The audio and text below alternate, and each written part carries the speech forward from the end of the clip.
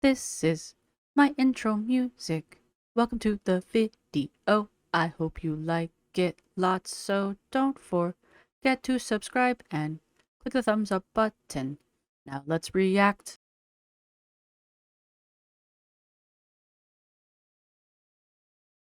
Hey, hi, hello there, and welcome to another episode of Fat Acceptance Friday, where I want to go and look over different stuff in fat acceptance. And a while ago, I bet you thought I forgot about this series that we were doing, because it did. Um, but I want to say, well, the last, I think, episode that I did of this series was Jade. But I was using the hidden channel here because apparently that's their thing. They like do one person and they go through all of their social media or something like that. But it's what they've done with Jade, and I'm very appreciative of it because otherwise I would have to do it, and I don't want to. But I do want to look at all of Jade's stuff. So basically, what this channel has done is kind of condensed it all for me already. So I would like to look at this through their lens. Now, they have already commented, so we will be commenting along with them. So there is that. And there was something else that has slipped my mind about this, but it'll come up, I'm sure. So thank you to everybody who's been supporting the channel. Thank you to my subscribers. Thank you to my members. You guys rock. Thank you to everybody who's going to hit the thumbs up button. This video, and also the channel by default, will be linked in the description down below. So if you want to go check out the hidden channel, I think that's a great name, by the way. Please go do so. They do a bunch of stuff. It's not just Jade. They cover a bunch of fat acceptance. I don't think they just do fat acceptance. It's just the one that I dig through, and I think they've just started a new series. But we're not going to dig right now. We're not digging this time. This time, we're staying focused. So, by all means, go click on the link. Go look at their channel. Give it a follow if you guys think it's something that you are interested in. And there's that. All right. So, this video is 9 months old. Okay, before we get too deep into this, I don't know what's going on with Jade. I don't know. Last I heard, I think, is what everyone else has heard. And that's that Jade is in the hospital. That she was committed, and I don't even know if this is actually true, by the way. This is just what the grapevine has told me. So that is all I know. So I know nothing more than anyone else at this point, and unless Jade has popped back on to TikTok or Instagram, and I haven't checked. So I know I'm a bad person for not checking. I probably should. I'll check before the next video we do. But right now, I just want to get through the history of Jade before we do any of like modern Jade, because right now there is no modern Jade. And when we do get caught up, because we will, but when we do get caught up, I'm not going to comment on any of Jade's like legal or mental health stuff because I don't have any reason to. She clearly had some problems, and those are being dealt with somehow. And I'm just gonna let that get taken care of. Now, if Jade comes back online and she wants to make that public for the rest of the world to enjoy, I don't know why you would do that, but so many times these girls do shit that I'm like, why are you sharing this with the rest of the world? We'll deal with that when it happens. So, there's that. So, all right, so this is the hidden channel. This is a year in the TikTok of Jade part 2. We've already gone over part 1. Yes, so I am going to speed it up a tiny bit. Doot. Going to put it at 125, as I usually do. I've already done the intro part. I think when we get done, I don't know, because I think there's a bunch of these. She's got quite a few Jades. And this one's 35 minutes long. So I think when we get done with these, or no, I'm sorry. I think when we get about halfway through these, or maybe when we get to a nice round number, like 5 or so, I might do like a Dark Anthro deep dive on these. It'll depend on what we cover in that amount of time. So, because I right now I'm just reacting and I'm just learning, right? But one thing I do know about J-Bay's stuff is like a lot of it's very repetitive. And I know that because I've watched a lot of Cynical Dude. And I know with her stuff, it's a lot of just like the same thing over and over again. So, all right, let's hop in. Fat is not a protected class. Hello everyone, and Hi. welcome back to a year in the TikTok of J-Bay. So today we are going to go ahead and look through some more TikToks. I'm not entirely sure Yay. how many we will go through. My goal is to keep this to about 30-35 minutes before I go into my rambles. And I'm going to try to keep my rambles to like 5 or 10 minutes in hopes I feel called out. that I can continue to put out videos on a regular basis. So without further ado, let's get into it. As a plus-size traveler and travel enthusiast, I've been on a mission. I can't remember if she reads the captions or not. It says, buckle up, plus-size wanderlusters. That's a word.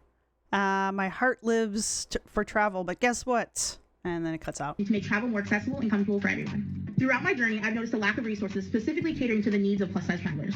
So I decided to take matters into my own hands and create something that can truly make a difference for plus-size travelers. Now introducing my carefully curated plus-size travel checklist. This checklist includes 30 essential items that have been selected with plus-size travelers in mind, making your journey smoother and stress-free. You can find the complete list by clicking the link in my bio. Let's embark on unforgettable adventures together, embracing the joy of travel with confidence and ease. Happy travels, my fellow plus-size wanderers. So I'm including this mostly because that's something that we'll probably look into once I get through. Like, J-Bay has so much extra with her stuff. She has her TikTok. She has a YouTube. She has a blog. She has apparently this checklist, which I am betting has a bunch of Amazon affiliate links. Did it? I can't recall. I do remember when I first started looking into doing like a J-Bay specific series, which I guess I am doing now. I looked at a lot of her links, but a lot of them are like, it's not even that they're, well, I guess they are kind of dead links. She doesn't update them, but I guess some of them don't need to be updated. They're just kind of like info links, like landing pages and that kind of stuff. I'm gonna let this run because I don't remember if she reads the whole thing, but she did reveal the whole thing, so. And I'm very curious about all of this. There's so much to go through with J-Bay. This is just going to be like, she's going to have her year in the TikTok, but I feel like we're also going to have some additional things to go through with her, simply because she is so active and so outspoken. But let's continue on. I'm very curious about this ultimate plus size travel checklist, but I think that's going to be like an all in due time sort of thing. Air travel poses significant. Okay, she doesn't. All right, let me back that up then. I just need to jump it back like. Okay, so the caption, or the little blurb over here says, buckle up, plus-size wanderlusters, my heart lives for travel, but guess what? The adventure world was missing some much-needed plus-size resources for all of us plus-size explorers. So I rolled up my sleeves and decided, let's bridge that gap, honey pats. Introducing the ultimate plus-size travel checklist, packed with 30 plus-size travel essentials that every plus-size traveler needs. It's tailor-made for all the plus size. Can we cram that word in a little bit more? Plus size babes who want to own their globe-trotting game. Is it only aimed at women though? Do plus size men? Here's the thing with the fat acceptance community though, like plus sized men are not represented. Plus size men exist, but they're not actually part of fat acceptance, really. I mean, there's a handful of them, but when fat acceptance is talking, they're not talking about men. They're only ever talking about women, really. With this checklist, take your plus-size travel game to the next level. If you want to grab one, click on the link in my bio. Let me scratch my nose. All right, onward. There we go. Significant challenges for plus-size individuals due to inconsistent policies across airlines. It's incredibly frustrating and anxiety-inducing to navigate the uncertainty of keeping our seats on flights. That's why I initiated my... Is anybody else bothered by this stuff? I mean, I'm glad that there's the captions, because I'm a caption reader. I really am. That's just part of my fun of the dyslexia. And I'm sure there's other people that enjoy it for other different reasons, but this does help. But, like, the little flashy the flashy flash, that doesn't help. That it's too fast. Well, I do have her sped up, but at the same time, like, it doesn't help. And the yellow lettering on her yellow shirt is not helpful at all. My plus size travel petition, urging the that was Federal helpful. Aviation Administration, or Okay, I the can read FAA, that. to mandate that all airlines clearly state their customer size policies within their operations and on their websites. Join me in advocating for change to ensure a more transparent and inclusive air travel experience for everybody, regardless of their size. Click the link I want it to be transparent like glass. I don't want to see it. in my bio to sign my petition today. Here's the thing. I don't think that this is a bad idea at all. I would actually love for airlines to have their policies upfront and the transparency of differences, between the different airlines. Granted, I don't travel. I don't think they're that hard. I think I know more than one of the channels. I don't know if Cynical Dude's done it or if Nadia. I feel like Nadia's done it. Has gone on to the airlines and tried to see how difficult it is to actually look up their customer of size policies, and it's not that hard to find. It's not like on the front page. It's not like you click on it and did the link and it's like our customer of size policy, but I mean, none of their policies are. So, but it's not like you have to like dig for it. I don't travel, and when I do, I'm not a customer of size, so it's not something that I worry about. But, I do check for luggage and that kind of stuff, and that's not hard to find because they don't want you breaking that rule. I would assume customer of size is kind of like the same thing because it affects their ability to do their job, so it would be something that they would want you to not break. So I don't know. That's just me making a guess. I don't know. I'm going to start air traveling again soon, so there's that. That's going to be fun. I say sarcastically because I fucking hate flying, but I'm going to put my big girl panties on and fly somewhere. Probably back to Indiana. Probably. At some point. Not anytime soon. It's going to happen, though. Travel, so I don't know entirely what that entails. My only issue is that she's advocating for this strictly on the customer of size policy, where I think she would get more buy-in if she made it generalized and she can mention the customer of size policy. This is kind of the... But this is another thing with Jade. This is another thing, because we'll get to her, I don't know if we've talked about it yet, but we'll get to her hotel policy bullshit thing. She advocates for things that are already in place. So she advocates for policies that are already in place, and it looks weird when she does it. Sam at Every Size has covered this, not this in particular, but her advocacy and the fact that she advocates for things that are already there. So it's weird, and it shows that either she knows that they're in place and she's doing this so that, I don't know, at some point in the future she can be like, look guys, we did it, victory. Or she doesn't do her research at all and she just talks out her ass, which with Jade, either of those two seem to be possible, because Jade's not like your average bear. She's got some education in this area, in like the what do you call it, promotion, PR field. And so this might be a PR stunt. So again, I'll have to double check on that one. We're just doing recon right now.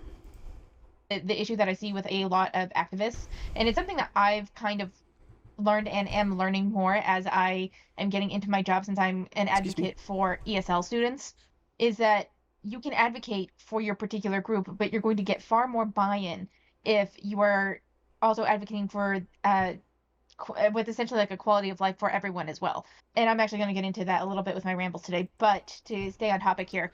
That's honestly something that the feminist movement learned, is that yes, you can advocate for feminism, and we do, but again, you get more support, more buy-in, and you actually get more progress when you A, point out how it's going to help more people, and B, when you advocate for more groups and you help other groups also, you know, and, you know, it builds community. But that's, a lot of groups have figured that out. You know, a lot of groups that have, yes, it'll say things like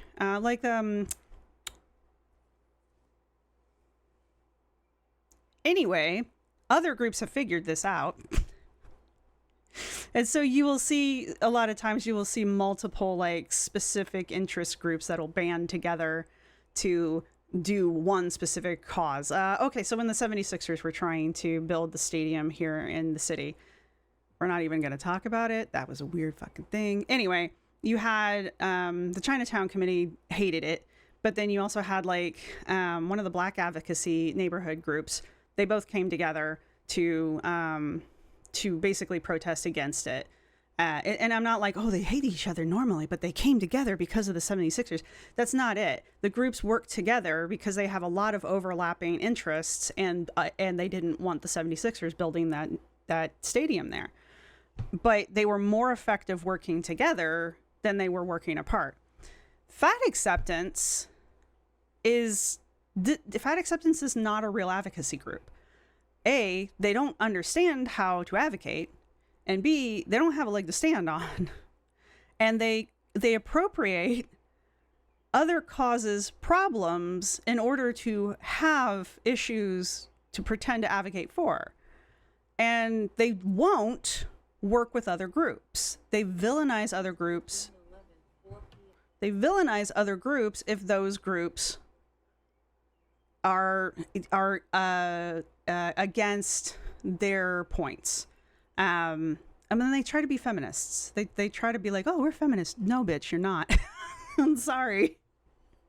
But anyway, so yeah, that's my problem with, well, this particular problem with fat acceptance. They're not an advocacy group. They don't advocate for anything except themselves. And that's why, even if fat acceptance was a legitimate movement, it's not going to go anywhere because they won't work with other people. Anyway, enough of that rant. This is one of those things in general, even with fat activists. Fat activists have some like and I imagine Hidden Channel is going to go pretty much on the exact same rant I just went on.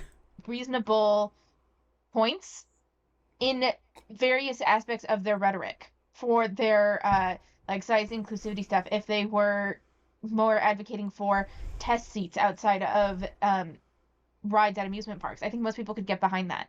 If more research on obesity and potential conditions that can arise from obesity that doctors should potentially look out for when patients come in complaining of certain things that can.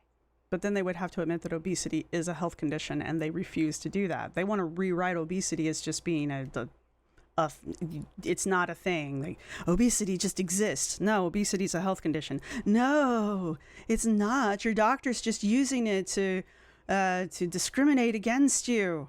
Well, if you wrote obesity down on your medical chart, it's because you're obese. It's a literal medical condition, so can be attributed to obesity, but this is also like a common thing, like certain cancers, that sort of thing. But that can be extrapolated, that can be widened to also include things like women. Like women, so many women have been told, you know, periods are supposed to be painful, and then later are diagnosed with endometriosis. I cannot speak.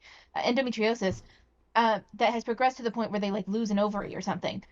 So there's ways to advocate for procedures and policies to be put in place that can be inclusive of people outside of fat acceptance, outside of obesity, that would allow for more buy-in. But they are so honed in, this is my perspective, but it seems like they're so honed in on their own victimhood that they don't want to include others in that unless it is like a hot ticket group that they feel adds legitimacy. Because it's saying something about, you know, like with the doctor's office also advocating for women, since a lot of morbidly obese women also will have these comorbidities of endometriosis or PCOS, because obesity also ties into that. And that's what I'm saying with them appropriating other groups' issues. And you will hear fat acceptance a lot of times try to appropriate handicap issues, right? They'll try to be like people with special needs, you know, obese people and people with special needs. You don't fall into that category. but they desperately try to put themselves into that category. And we've had this argument, and an argument as in a well thought out back and forth, not screaming at each other, on my channel about is obesity a handicap? And basically the answer comes to yes, but it's not the same thing, because you can reverse obesity. You know, we haven't cured blindness yet. You know, it's that kind of a thing. But they want to be on that same level, you know, and they advocate for themselves in that way. And I know that pisses a lot of people off, and I feel like it should. That's my personal opinion on the matter. I have a package. Being part of like a potential procedure or policy when it comes to diagnosing or investigation, alongside, you know, the lose weight, which I know that they wouldn't be happy with, but there are like certain aspects that I can see adding to that, but unless it falls under race or disability or that's the other group they always try to like glom onto, is especially black women. And they try to glom onto black women as a group. So they try to link their obesity to a racial group, which is the most bizarre fucking thing I've ever heard, because they are literally attributing obesity to blackness. And I don't think they mean to be doing that. I don't think that's their goal, but that is what is happening. They are basically saying obesity is a trait of being black, and therefore thinness is a trait of whiteness. So what, by that argument, then what is a thin black woman? And then what is a obese white woman? What happens now, right? Anyway, I don't think they think about that, because I don't think they're intentionally trying to do that, but that's what's occurring. Anyway. Who else have they aligned themselves with? I feel like they've also aligned themselves with the queer community on several occasions. When they are only pandering to the like hot ticket groups that get more press, rather than looking at it more holistically and including groups that also don't tend to. I get a little hot when they align themselves with the queer community, for a number of reasons, but yeah, I don't go after it as hard, only because a lot of the people in fat acceptance identify with the LGBTQ plus community, so I don't feel like I would need to go after them as hard on that one, because that is part of their identity, a lot of them. So, you know, that's why I don't go after that one as hard. But when they start comparing momentous moments in the fat acceptance, you know, the history of fat acceptance, with momentous moments within the gay rights movement, then I start getting a little pissy. then I really start getting pissy. And when they try to do the whole genocide thing, yeah, that one is, I have a whole video about me like losing my shit over that one, so good times. To get a whole lot of recognition in their needs, it just comes across as disingenuous and like they're almost children throwing temper tantrums. I hope I'm making sense with all this, but let's move on. Hey y'all! This is 6 minutes into this video, and I'm 24 minutes into mine. Good times. It's your girl Jade, and I'm so excited because today I'm trying out Kinflight. They carry bras up to a size 7X with cups A through M and band size up to a 62. This is my current bra. And here's me in the Kinflight Freedom Bra Midi. I'm wearing a size 7XL in the Sunrise Blossom color. I like that. I have a bra very similar to that. This is #gifted, unveiling the ultimate in comfort and confidence with Kinflight. Basically, it's just telling you about the bra. My top picks, it's just telling you about the bras. I don't actually care. So. This Kinflight bra offers way more support than my current bra, and I am obsessed with the color. Definitely my new fave. Next up is the Kinflight Dream Bra in a size 7XL in the Galaxy Blue color. This Dream Bra is temperature regulating to keep you cool, which I love. And last but not least, we have the Kinflight Rise Bra, an adjustable bra for... I like the first one. I don't know why anybody cares. I probably will cut this out because I don't care. lifted support, and it reduces bounce. These bras are also sweat wicking and odor resistant. Yes, it it also does. comes with these Looks like Velcro it straps does. so that you can adjust the fit. And here's what the bras look like underneath your clothes. They keep everything in place. Kinflight size inclusive bras are made for everybody. I hope you absolutely love this Kinflight try-on as much as I have. I am obsessed with these Kinflight bras, and I love the size inclusivity. You should definitely check them out, so click the link in my bio to shop. Hey. So here's the thing, like I understand that this very much reads like an ad, but I don't see, it says hashtag gifted, but down here, there's nothing listing ad, there's no hashtag ad in the description, and down here it says paid partnership with Kinflight. So, like, why are you not disclosing that? And someone had mentioned... Well, I mean, it says paid partnership with Kinflight, so... I think she's covered. I don't know. I mean, I don't know how disclosure works on TikTok. I think that would be... If you put that in the description of a YouTube video, I think that's CYA. And the hashtag gifted is more than freaking glitter and lasers does. So, you know, I feel like she's covered here. On a William Hornby video that not actively disclosing in the video itself that it is in fact an ad goes against I think it's FCC. Who the fuck is getting William Hornby to freaking shill their shit? Oh my god. Guidelines or rules or laws or something like that. I need to look more into that myself, but like, I think what she's the fuck are you covered. doing? I don't care if this says gifted. If it says down here paid partnership with Kinflight, that means you were paid. It wasn't Right. gifted. This is so misleading. I was gonna initially go past this if I saw like hashtag ad, if she had disclosed in here that it was in fact an ad. And I understand that it reads as an ad, but at the same time, this is one of those things where it's like it says paid I need that in here. Does she know she's an ad? partnership. You were paid to make this video, clearly. But then it says gifted. Like, it was just, what is it? I don't like this. And of course the comments are turned off. This is really shady on Jade's part. I'll be curious. Oh, wait. Nope, it's still, yeah. Huh? It still does not say. I don't know, because I don't know how TikTok works. So I don't know how TikTok works when it comes to these things. Say ad.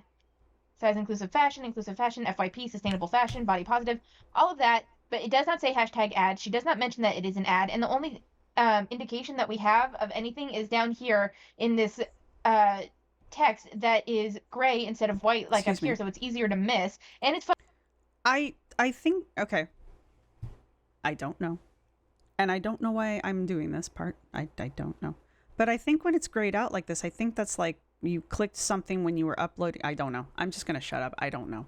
fucking tiny down here. What the fuck, J-Bay? Today, I want to talk about how plus-size people are harassed while average-size people are praised when it comes to speaking up about airplane seats being too small. I was recently tagged in a few videos where plus-size people had stitched an average-size woman speaking about airplane seats and how they're too small, just like I've been doing. She was praised in her comment section for speaking up about something that so many people agreed with. However, when I talk about it, I get harassed in the comment section, and I get death threats. This kind of treatment is exactly what we're talking about when we talk. I hate when they do that, and I get death threats. You're a woman on the internet. I hate to belittle that, but you're a chick on the internet. Yeah. Talk about plus-size discrimination. Okay, so before she goes, we're gonna finish listening to her. I want to be clear. I don't think that she should face harassment or death threats for saying that she thinks that. Oh, I don't think you should either. I don't understand why people do it. I think it's stupid. I guess I'm desensitized to it at this point. I will say, it's been a while. I will say that. But yeah, people do that. It's like when I do get this a lot. People like calling me ugly. I don't care. And it's not like I'm so above it. It's just like it doesn't hit radar anymore because I don't care. You're like a 5-year-old. You have no argument? Okay, cool. But like people just do that. I don't get it. Why? But it's just like they feel the urge to comment something. and they don't have anything else. So for some reason, they're like, it's a woman on the internet, must say something mean. And they just, whatever comes out of their fingers first is what they post. So even if you sit here and you're like, that's not right, don't do that, that's a terrible thing to do, it doesn't even matter, because those people don't hear you. They don't hear that. They're not the people who would stop and go, wait, a bad person would do that. They're not thinking like that. They're just people who are just like, they just have like an impulse, I guess. And that's just what they do. They just, and it's not even like, it's nothing personal. You can be anybody as long as you're female or you look female. Like, it doesn't matter. It's just like, they're just lashing out at anybody on the internet. So it's like, it's not even like a personal attack. It's just, I see tits on the internet, must say something shitty. And there you go. And so I don't get it either, but yeah, I don't know. I don't know. It's so, like, you can sit here and you can be like, don't do that, that's mean. I think it's horrible, because it is. It's immature. It's horrible. Good people don't do that kind of shit. It's like, if you don't like something that somebody is saying in a video, you can say that. You can even just say, I don't like your video. That's fine too. But like these like, you're so ugly, and like, death threats and just some of the other shit I get sometimes. It's just like, okay, thanks for the comment. It's just like, cool. But those people who are leaving those kind of comments, like those argumentless comments, A, probably even watch the video, and B, they're not, you can't reason with them, because they're not leaving they're not reasonable. All right. Anyway. That airplane seats are too small. My only question is, what does she define as harassment? Because we've seen with the fat acceptance community that what they define as harassment and what like the average person would define as harassment can be two very different things. And even like the legal definition of harassment can be something else completely. She should not. Well, okay. The legal definition of harassment is shady at best. So, if you feel harassed, whether I think you're being harassed or not is one thing. If you're just crying harassment to cry harassment, then, I mean, eventually people are going to stop listening that when you say you're being harassed, which I think is what's going on. And it is kind of the problem of fat acceptance. They're constantly, I'm being harassed. And it's just like, you're the boy that cried wolf at this point. But like, I don't know. Sometimes people feel harassed for things that other people don't think would be harassing. But the legal definition, I mean, it's vague for a reason. Not receive death threats. I've been on that I don't think anyone should ever receive death threats for posting opinions online. Like, that's just insane to me. Political opinions, what have you, death threats are just not appropriate. They're not okay. But this talk about, this woman is praised and basically she's not. She's, I don't know if vilified is the right word either, but like, maybe shamed a little bit. Part of it is that if we take a look at you speaking out about airlines, let's take a look at that one from the last TikTok from the last video, in which someone was stuck in an airplane seat for 3 hours, which you found like reprehensible on the airline's part when they did the best they could to get him out of there, and how this was somehow a violation against plus size travelers. Oh yeah, I remember that is something completely different than someone generally complaining that airline seats are too small. Like, the airline did the best they could. If you are morbidly obese, taking up 2 or more seats, that goes beyond. Even the woman that's complaining about how small airline seats are can probably still fit in an airline seat. If you can't fit in an airline seat and you think that they are too small, like unreasonably small, that's something to have a conversation about. To act like though it is a violation and almost like a discrimination because you are plus size, that's what gets people angry, because there's a level of entitlement there. Someone complaining about how small airline seats are, but not necessarily bringing discrimination or treating the airline as absolutely reprehensible, is something different than what you were doing.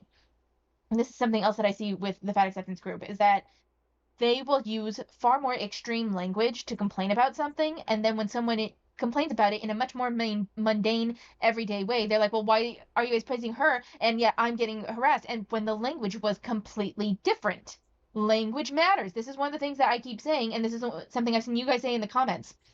Language matters. Calling something violent that isn't violent simply because you felt offended or personally I'm not interrupting because I don't disagree.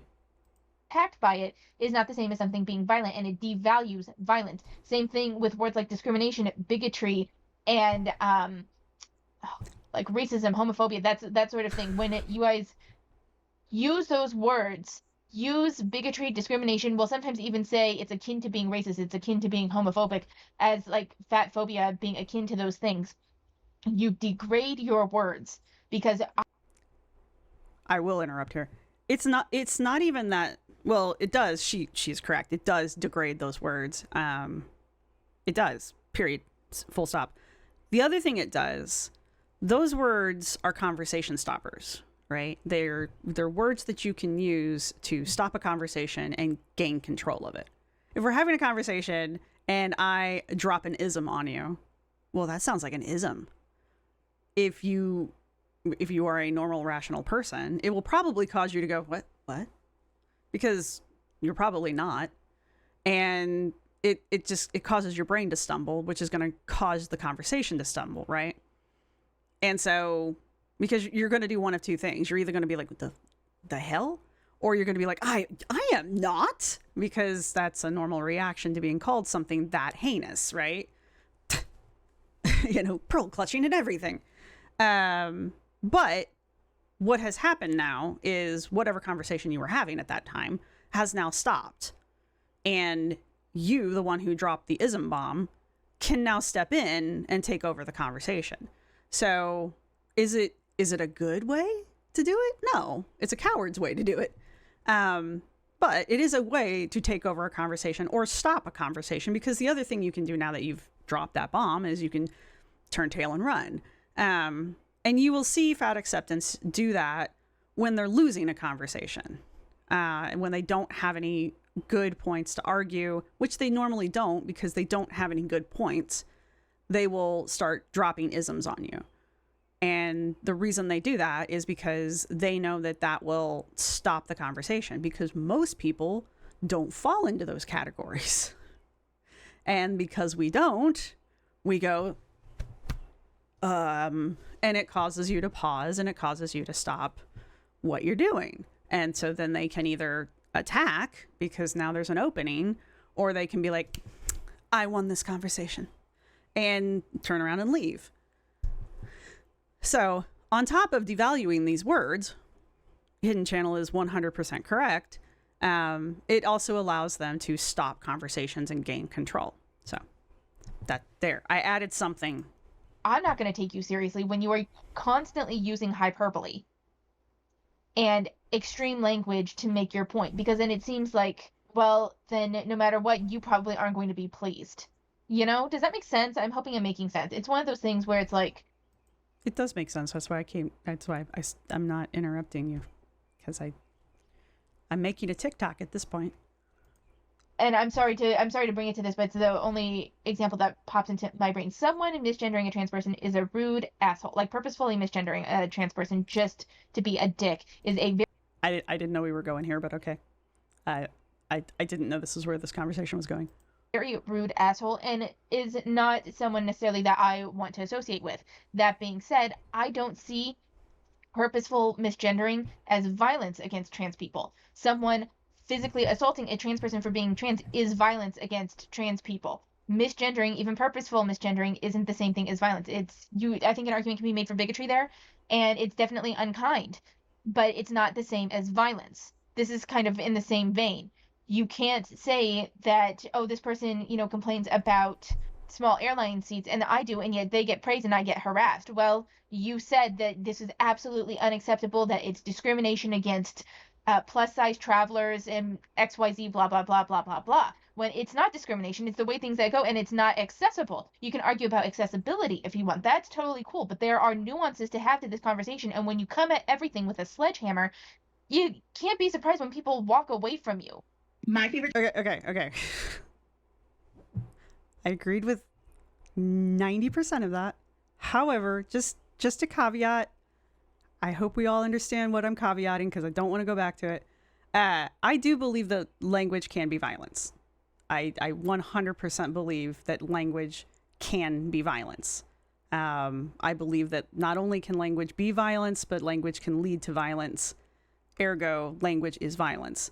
I don't think every time you say a violent word, language is violent, right? And that goes back to devaluing the impact of words. But I mean, even the nicest word can become a violent word in a certain situation, right? It's very contextual. So going back to what she was saying earlier, I do believe in certain situations that is violence, right? Just putting that out there. That was uncomfortable. But everything beyond that, if you come at everything with a sledgehammer, nobody wants to, no one wants to fuck with a sledgehammer, kind of a thing. But other than that, the argument's solid, and that's why I didn't interrupt very much, because that is part of the problem. Like, fat acceptance wants everything to be, they want to dial everything up to 11 when it's like 2. It's a 2, so we're cranking it up to 11. All right. Travel apps part 4, Viator. It's an amazing travel app that lets you discover and book awesome tours. Okay, I read that completely wrong, and I did not think this was gonna go that way, but it's cool. It's good. We're happy. We are glad it did not. All right. It was. What did she say?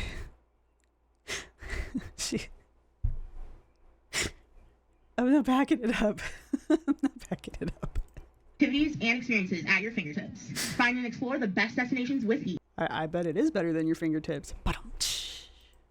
All thanks to Viator's user-friendly interface and vast selection of options. Let's embark on unforgettable adventures together. You can click the link in my bio to find out more about Viator. My favorite. I can't unhear it.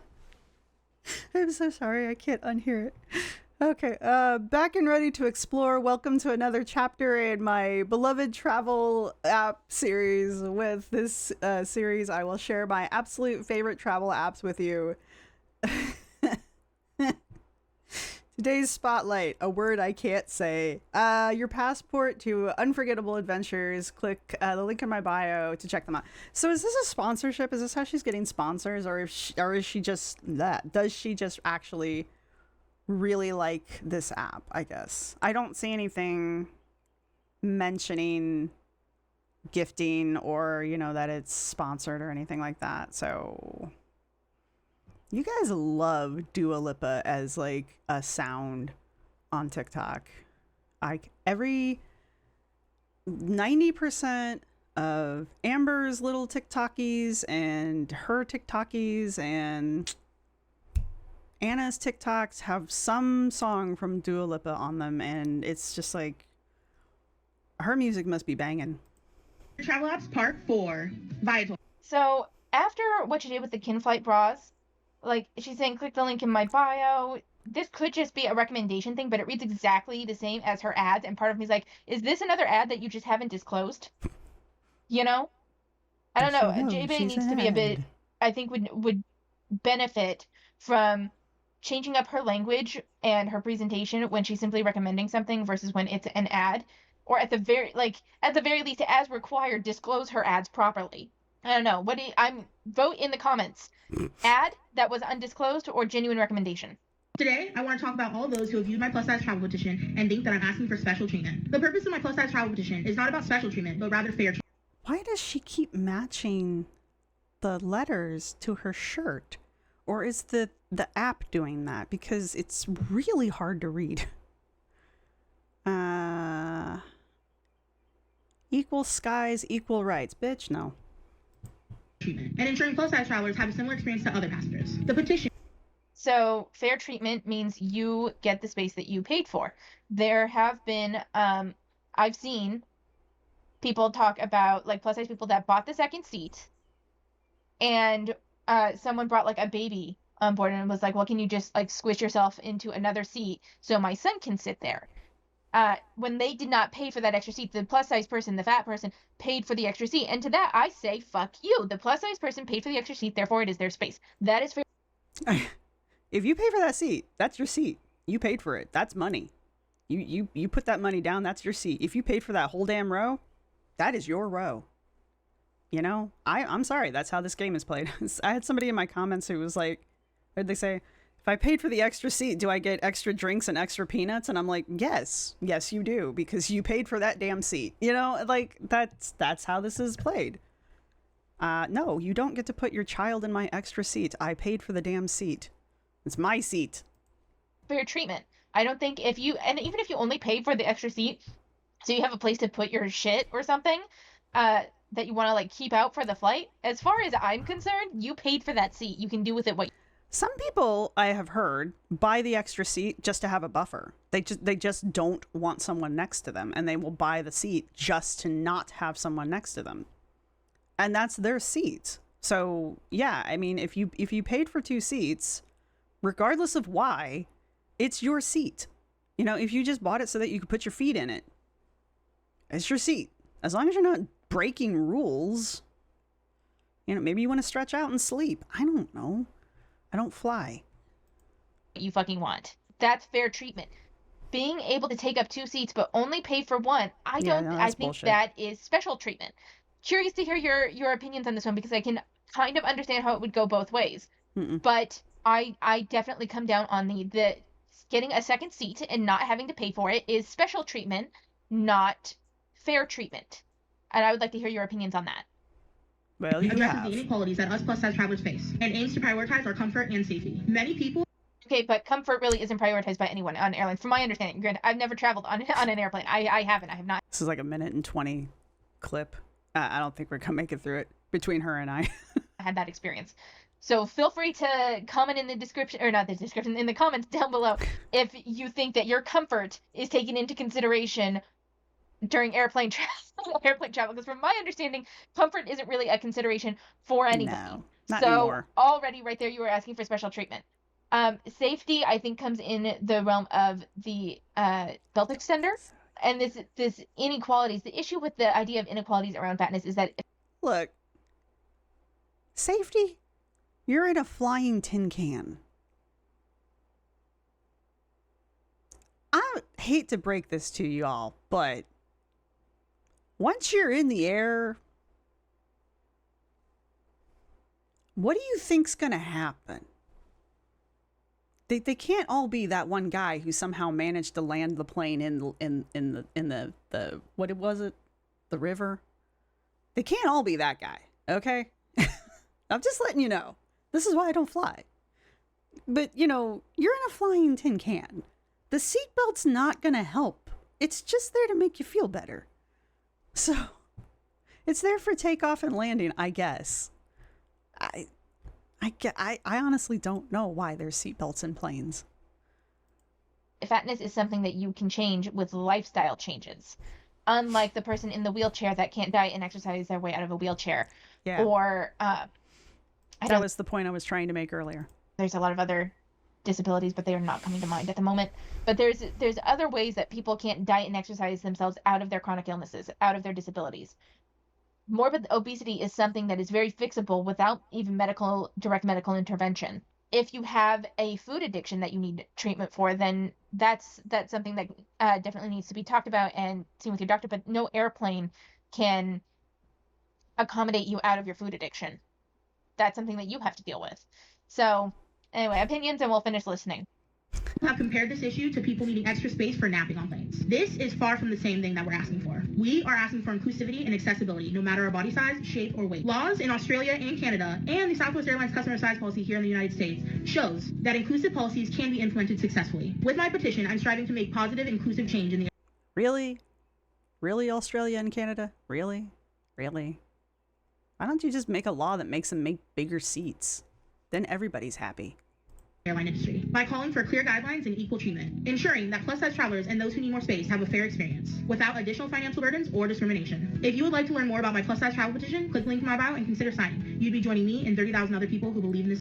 This financial burden bullshit bugs me because I honestly can't afford to travel via airplane often at all, really, which is another reason I don't travel. Like for a long time, if I couldn't drive there, it wasn't happening. Like I couldn't even take the train. Okay. Her ass who like globetrots all the time and she wants to be like financial hardship. Like I can't even afford one plane ticket. And you're bitching about buying two that you could, you just don't want to. You know, I get so irritated by that argument. It's just like, I have to buy two plane tickets. It's so annoying. I can't even buy one. Could you not? Could you just not do that argument? Any other argument? Could you just not do that one?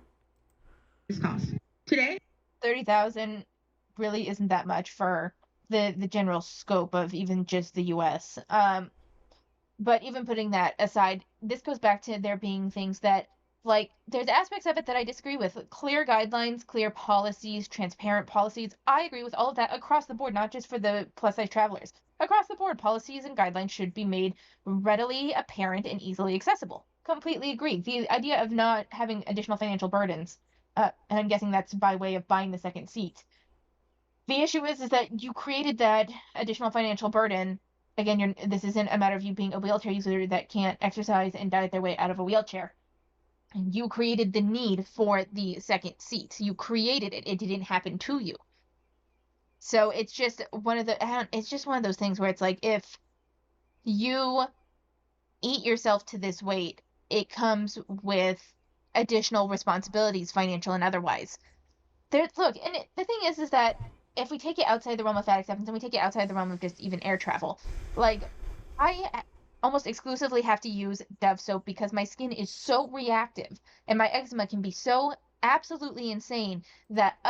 That's funny because I've heard that a lot, that like Dove soap is like the one soap that doesn't cause people with really sensitive skin to have reactions. I know that's so random for me to stop on, but I haven't heard that in a really long time, but I remember I had a friend in high school. Yes. Yeah, it was high school, who couldn't literally use anything else, or else they would just like, they were just red. It was so weird. It was weird. And of course we're in high school, so we were very tactful about it.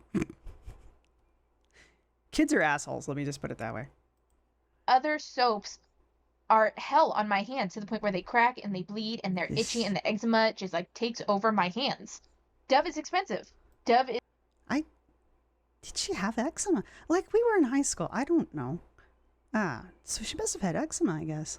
That's so weird. It's so weird to hear somebody say that and just like, memory unlocked.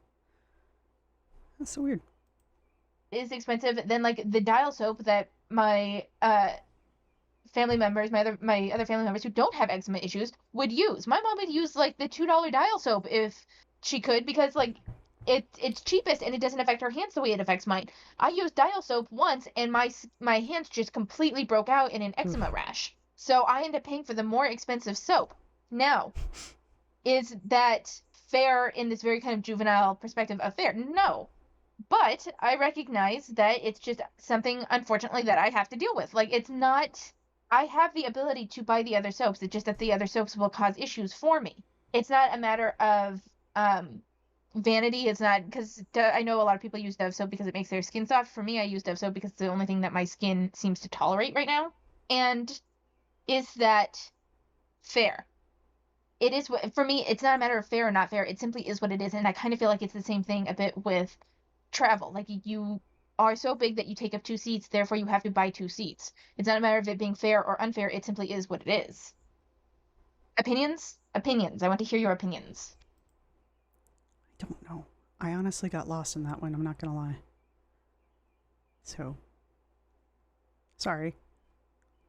Ditch this. What's one thing that happened to you in your lifetime that made you look at your body in a negative light? I'll go first. But before we get into it, I want to put a trigger warning on this video. When I was 7 years old, I remember how much my mom hated my body, but she loved keeping up appearances. And this one time, we had to go shopping with my aunt, which was a rare occasion. I was going to be a flower girl in her wedding. My mom used to hate taking me shopping since I was a fat kid. It was more difficult to find clothes for me, and she hated that. Not to mention we were super poor, so going shopping wasn't something we did a whole lot. But I will never forget that day, and this is why. We found a dress, my mom took me into the fitting room, and she tried to put the dress on me, and guess what? It didn't fit. But it was the first of many. My mom was super pissed off and embarrassed, and so she slapped me across the face and told me that she was embarrassed because I was fat and nothing would ever fit me. I was 7 years old, so of course I started to cry.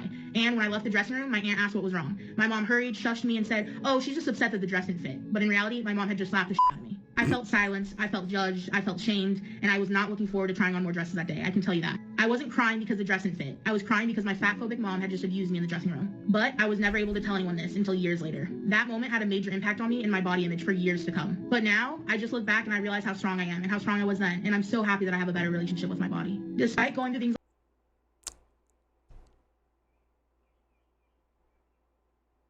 That's a bad story. I'm not coming for you for that one. But you need to unpack that one like a lot. You need to unpack that one. A lot. That is yeah, that's a lot. It explains a lot too. Really. When I hear stories from these girls' pasts, I'm like, yeah, I can tell that affected you. It does explain a lot. So it sucks that that happened. But yeah, shoo. I'm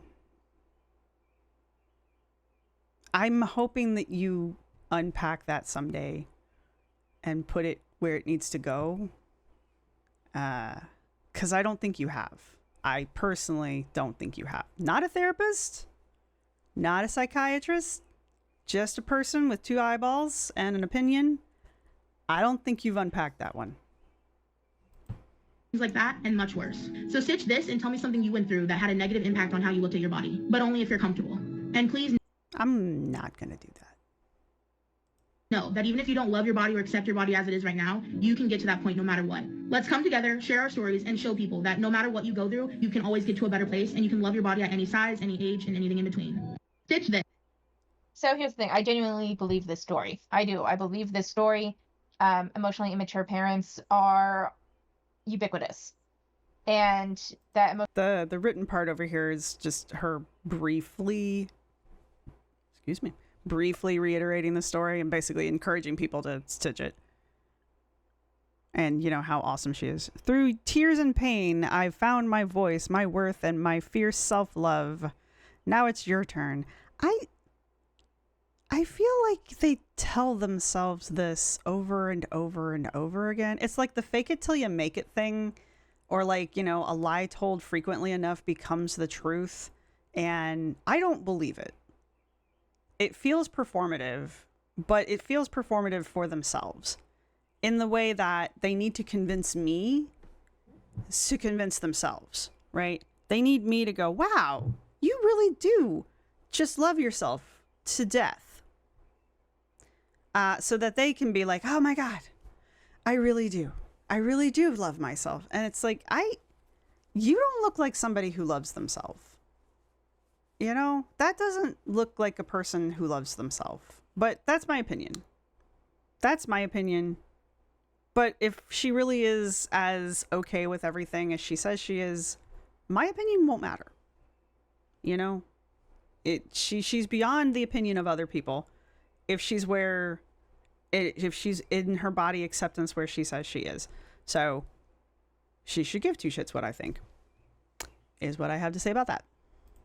emotional immaturity can sometimes lead to abusive behaviors like this. And I feel sorry for Jade because if she was 7 years old when that happened and her mother is upset that she's fat, the mother is still to blame because she is the one that was feeding Jade.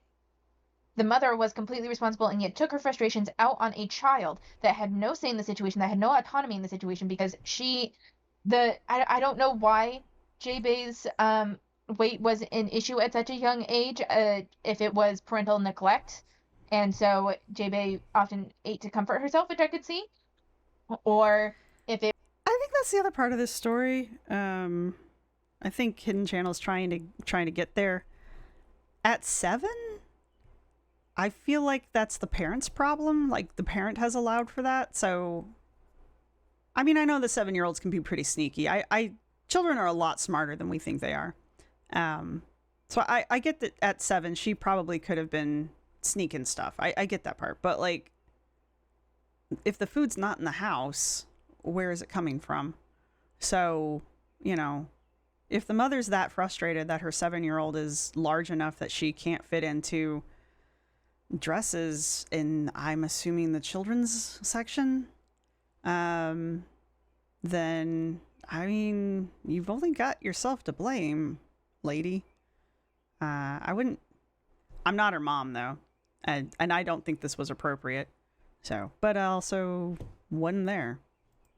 It was one of those parents that's like, you're going to eat every day. Sorry. Then she apparently also got mad that Jade gained weight when she was being forced to eat more than she needed. I don't know Jade's background. I don't know any of this, but the effect that it had on her self-esteem and her body image was directly the fault of the mother. 100%. Yeah. The mother, the parents, whatever you want to say, because the mom is the one that shamed her for being fat, but the mom was also the one controlling the food and the meals. And I don't know Jade's full home life story, but I don't really think that I need to know in order to say that the mother was just abusive and wrong. Like, she got where I was at already. Like, your mom's putting the food on your plate, but yet your mom's also mad that you're big. 2 and 2, Mom. Now, the issue is that fully acknowledging that trauma and fully acknowledging that Jade's weight at 7 was in no way her fault.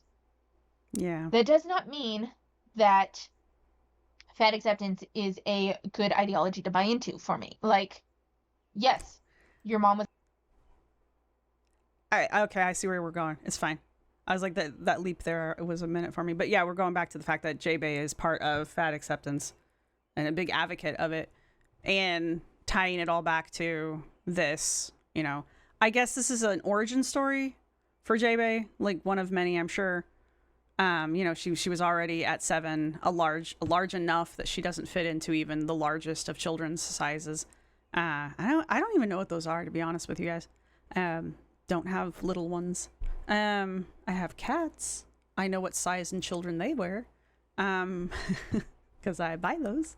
But my point is like, yeah, if she's always been big from 7 on the way up, like, she's never really even known what it's like to not be big. So I don't think she's always been this size, though. I think there's like some clips of her where she said it was like around 15 inch. I mean, she's still big, but she's not this. So she has been smaller. Anyway, my point is, getting sucked into fat acceptance or finding a community like fat acceptance, you know, I can see why that would be attractive to someone like Jade, honestly, but... was abusive.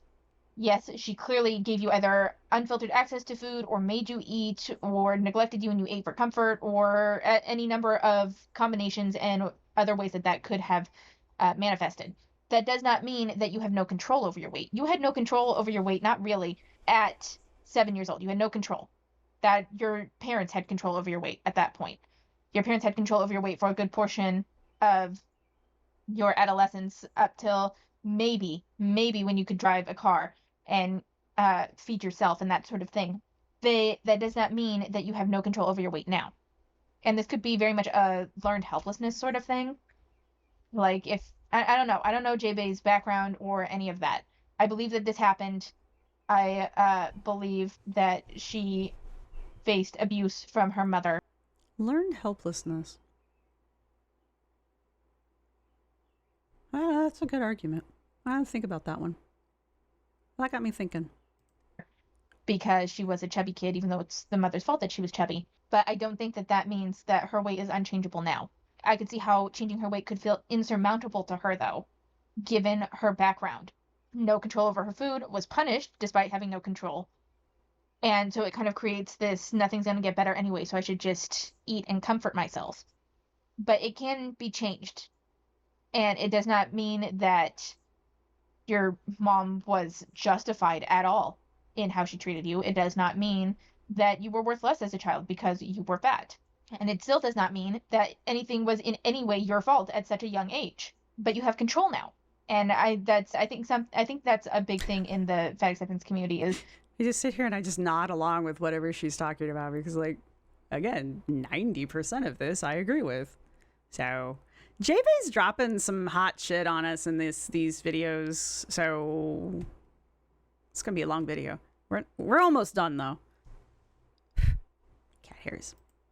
I think that there was probably some level of neglect or like JB went through abuse when they were young, and instead of recognizing the abuse and separating the weight criticism, well, not separating the weight criticism, but separating their ability to control their weight like that, I think it's I don't know if it's a way to cope, because like if they could change their weight, then does that mean their abusers were right? No, it doesn't. So I don't know. This is like an aspect of the fat acceptance. That's interesting. If I change my weight, then my abusers are correct. Ergo, if I lose the weight, well, especially in her case, if I lose the weight, then my mom is right. Therefore, I must stay fat in order to prove my mother wrong.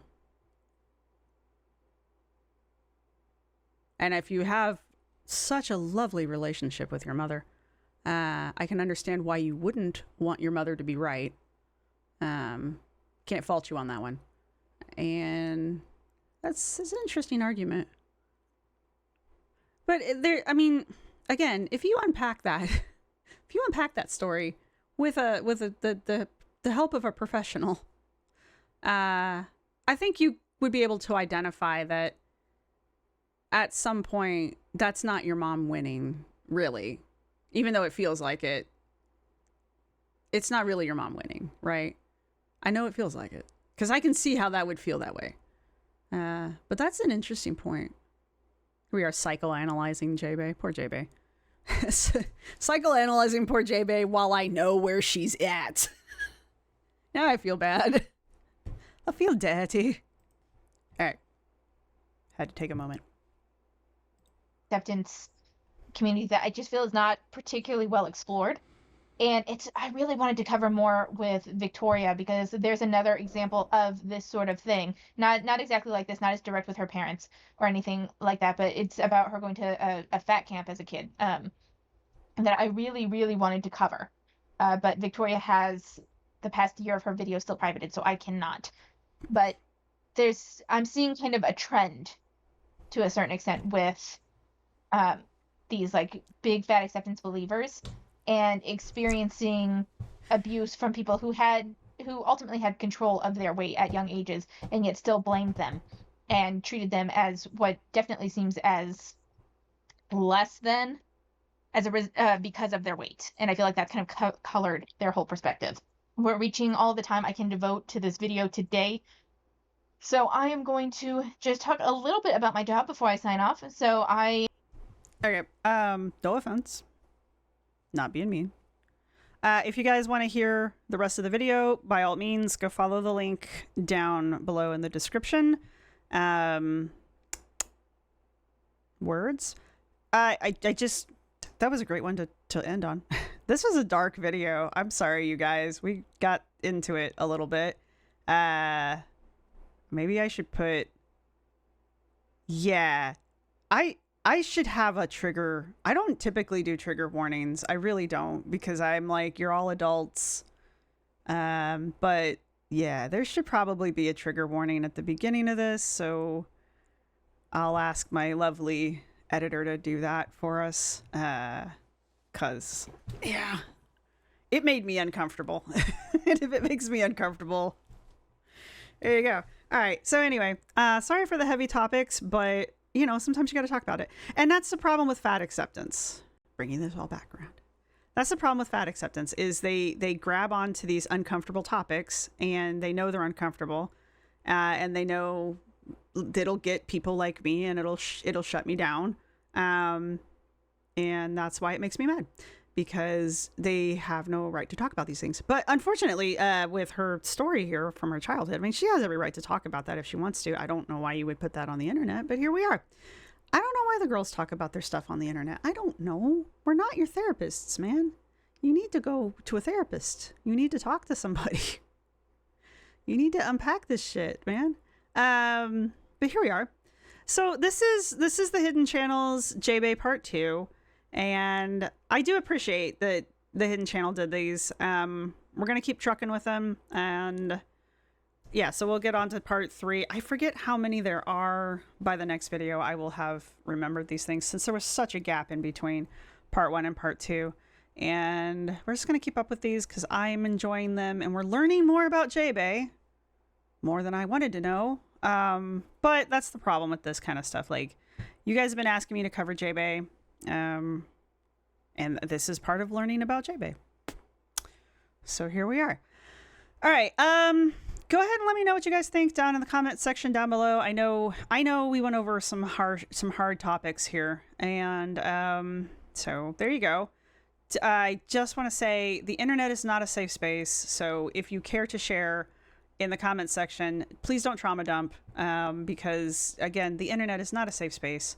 And I don't want anybody sharing stuff in my comment section that other people might use against you or just attack you for, because the internet. So there you go. What are we going to use for our, what are we going to use? There's so many rainbows, and I don't want to use a rainbow. So let's use a unicorn. I hate using unicorns. So let's use a unicorn because it makes me mad. Your emoji is going to be a unicorn just to make myself mad. So that's your emoji. Go ahead and stick that down in the comments section. Let's see. Thank you to everybody who's been supporting the channel. Thank you to my subscribers. Thank you to my members. You guys rock. Thank you to everybody who's going to hit the thumbs up button. If you guys are enjoying this kind of content, we are going to continue doing Fat Acceptance Fridays. I think I'm going to alternate between this kind of stuff, and I think I'm going to go dip into the Reddit for Fat Logic. I used to watch a guy whose name was Mutt Fitness, and he would do that. But he has since, I don't think he's deleted his channel. I know he hasn't deleted his channel, but he's not making content anymore. So I don't know. I think I'll go check that out and see if I can do a video around that kind of stuff. It's kind of fun. So I think I'm going to alternate between that and just see how mad I can make myself. And so there you go. Anyway, if you like that kind of content, I do have 3 tiers of membership if you're interested, and right now it gets you early access to videos, and in the future it's going to get you access to members only lives. Not this month though. This month is crazy. I don't have time this month, so just being upfront with you guys. So that's all I've got for you guys this video, and I will hopefully see everybody in the next one. Bye! This is my outro music. You can't copyright strike me because it's just me singing. This is my outro music. Thank you for watching. See you next time.